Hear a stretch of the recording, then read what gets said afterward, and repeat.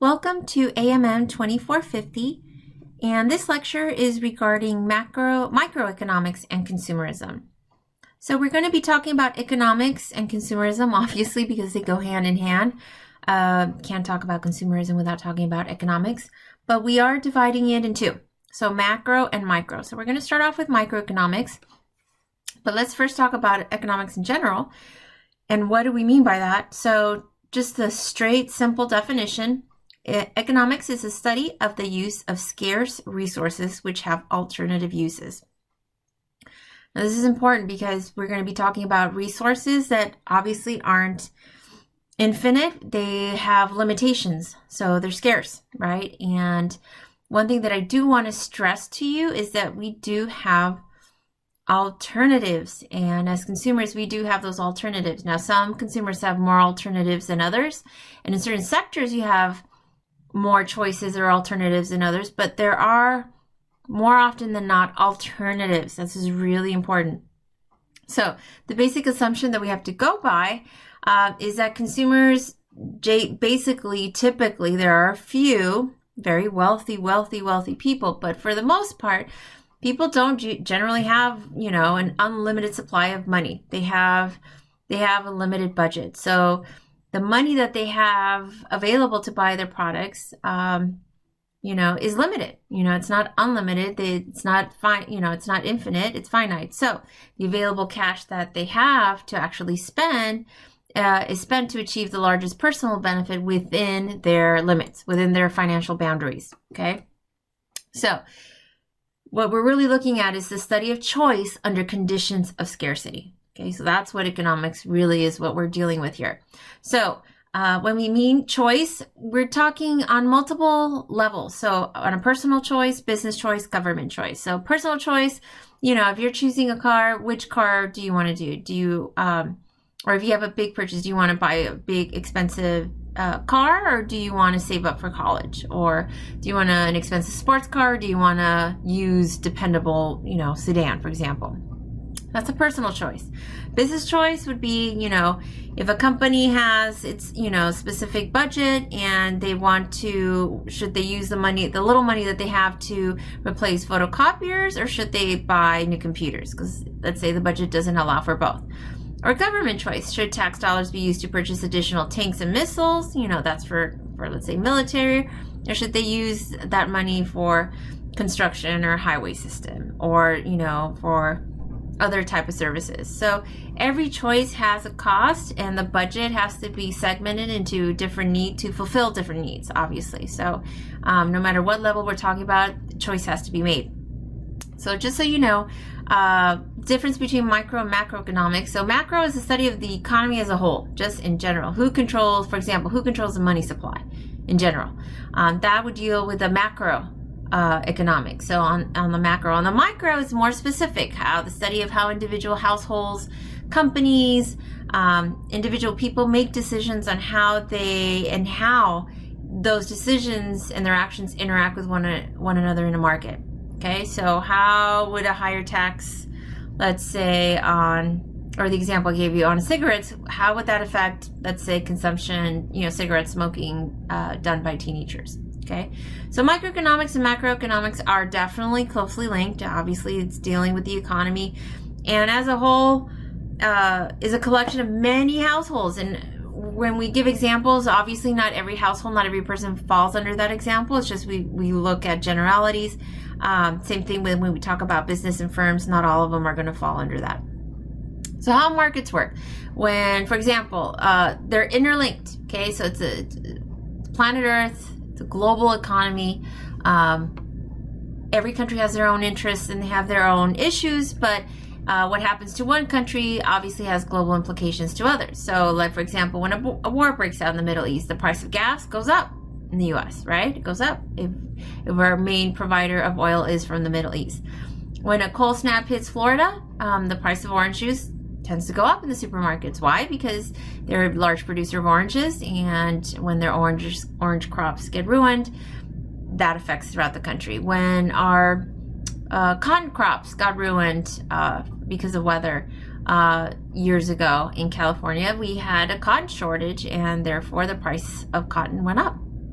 So these are the workings of supply and demand. You need to know this. So the term supply and demand refer to the behavior of people as they interact with one another in competitive markets. And the key word is competitive, right? So there's competition. Now, the thing is, it's going to depend on the markets we're looking at.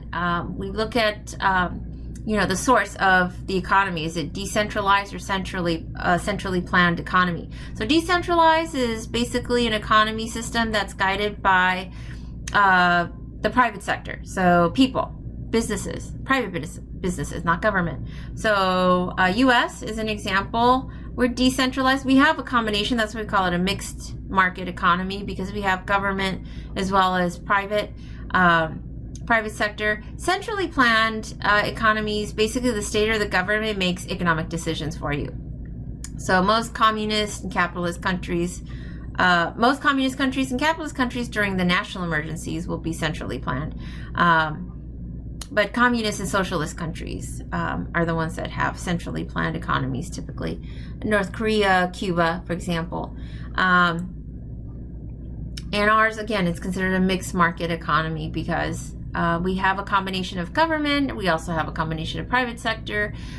We also have, in terms of government, we have local, city, we have state, and we have federal. But you need to understand the concept of supply and demand. So demand is how much, in terms of quantity, a certain product or service consumers are willing and able to buy at its price. And how much quantity of a certain product or service that consumers are willing and able to buy if the price changed. And that's an important part there, that how much are they willing to buy if the price, at its price, and also if the price were to change. Now, supply is how much quantity of a particular product or service suppliers are willing, businesses are willing to be able to make available at a particular price. So obviously they have to make a profit, otherwise they can't make it available to you. Now, how much that profit is varies, right? Their markup is going to vary depending on multiple factors. But also we're looking at supplies, how much quantity a certain product or service suppliers are willing to make available if its price changed. And obviously business, you're really concerned with cost, how much it costs to make, okay? So price is a reflection of supply and demand. So basic assumptions is that consumers tend to buy less when prices rise and more when prices fall. Slope goes downward and to the right. Okay, so this is, you need to know this is where price points, this would be the demand line, and this is the supply, so quantity. So the more quantity they offer, the price point goes down, and they tend to buy less, right? Less quantity if the price point's really high. So there's many, obviously, price factors when it comes to pricing, but also non-price factors that influence supply. So consumer tastes, preferences, 1 minute, Supreme shirts could be in, and the next year they could be out. I mean, look at Ed Hardy, right? They used to be like the cool shirts. People would pay $100 for an Ed Hardy t-shirt, and now it's a joke. So, consumer tastes and preferences, they change, they fluctuate. Income of consumers, people come in with more money, or if the economy has a downturn and there's less money. Future expectations, people buy less if they're nervous about what's going on in the future, or if things are looking up, they'll spend more.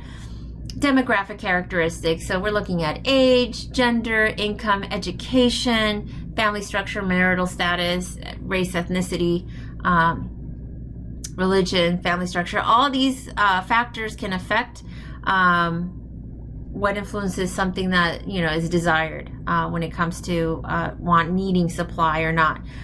And related goods and services, so how much can you substitute, so how many alternatives are out there, and things that will complement the product. So these are just some examples of how high demand products, so like the Apple iPhone, the 6S pre-orders in the millions within the first 24 hours in 2014, millions in pre-orders, the 6S.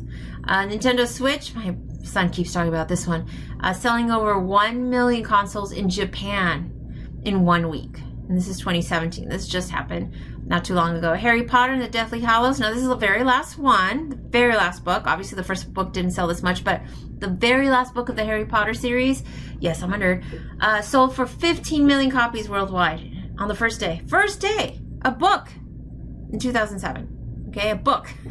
Again, the last one of the series. For apparel, Missoni. That was the designer collaboration line that Target did. And it created such demand that it crashed Target servers. I can't even tell you how many people were upset. They couldn't get their orders were canceled online. They didn't get what they wanted. They were very upset. I could have told them that. I'm like, the demand was going to be huge, and they did not anticipate the demand properly. So definitely, these are examples of items that are, obviously had high demand and people were willing to pay for it. Now, the question is, did the companies have enough to supply? Like the Target with Missoni, they didn't anticipate that demand. With copies of books, they had enough copies and that was fine. So anticipating demand also is important for a business. So price elasticity of demand, need to know this. This is the greater number of sales that can be made at greater number of sales be made at lower prices. So when the price of gasoline drops, do you jump into your car and drive for a lot more? Do you see a difference in a gas station where the price point is less? Across the street, there's one that may be more. Do you notice a difference in the line? Because I know when you drive by Costco, by their gas, it's like ridiculously long. So I'm like, it's not worth saving that money. Why would I sit there in line? I don't think so. How about a cut in diamond price? Would that increase sales much, or would it stay stable enough? So how sensitive the quantity demanded is to change in price. That's what we mean by elasticity of demand. So some are more sensitive, some are not. If price in diamonds would happen, like real diamonds, not simulated, would a lot of people buy a lot of them or not? And would you buy less at higher price? Do you buy less at higher prices? If the price of salt goes up, do you stop consuming for something that normally would be very inexpensive? If the water company increases your water bills, do you disconnect the water supply? Do you use less water? Do you create a plan to use less water? What do you do? Do you respond to that? Do you just business as usual? So these are questions you have to ask, right? And a lot of times, it depends on obviously the item, the commodity, but that's the thing. I just gave you some examples. What items would prompt you to change your habits, your consumption habits, and which ones wouldn't?